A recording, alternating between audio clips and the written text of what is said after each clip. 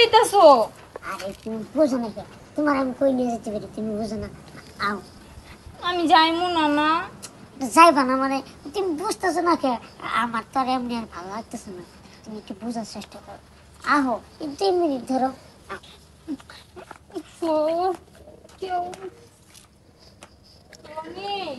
তো বন্ধুরা, আপনারা খেয়ালই করতে পারতেছেন ওরা জঙ্গলের একটা নির্জন বাড়িতে দুইজন কেন একটা ভাঙা রুমের মধ্যে ঢুকলো, তাই আজকে আপনাদের দেখাবো।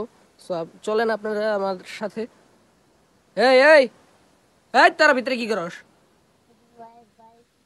না ভাই কিছু না, এমনি আইসি আয়া হয়েছে কথা বলেছি। বাগানের মধ্যে নির্জন একটা ভাঙা চূড়া রুমের মধ্যে তোরা কি এর কথা কস? থাকতে পারে না। পার্সোনাল কথা তোরা রাস্তাঘাটও বলতে পারতি, তোরা তো এই চিপায় ঢোকা তো মানে হয় না। কি করতে আইছিস সত্যি কথা কো। হাই ভাই, কই যাস? ভাই আমাকে ওইখানে চুপচাপ বয়। তোরে চুপচাপ বসতে বলছি, বস। কোন ভিডিও লাগাইতে লইতে?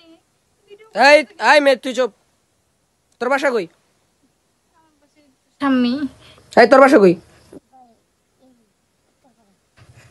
তোরা এই বাগানে কিসের জন্য আসছো সত্যি কথা বল, ছেড়ে দিব। আসলে সত্যি কথা বলতে কি, ওরা আমি অনেক ভালোবাসি, ও আমার অনেক ভালোবাসে।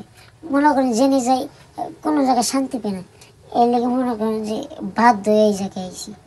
তোরা মানে জঙ্গলে এসে নির্জন রুমের মধ্যে এসে নষ্টামি করতে আইছস, তাই না? ভুলে গেছে, আর কোনোদিন করুম না, যে কান ধরছি ভাই। তুই চুপচাপ বয়। হাই মে, হাই। তোর ফ্যামিলির কল দে, তোর বাবার কল দে। আপনি এই কথা বলেন না না, আর আপনি ভিডিও করেন না। তোর বাবার কল দে। ভাই মাফ করে দেন, এবারের মতো আর জীবনও করুম না এরকম। তোরা বেশি বেড়ে গেছিস গায়ে, তোদের জন্য মনে করে যে আমাদের যুব সমাজটা নষ্ট হইতেছে এখন। এই আই, তুই কাজ কর, তোর বাবার কল দে। আই আই, তুই তোর ফ্যামিলির কল দে।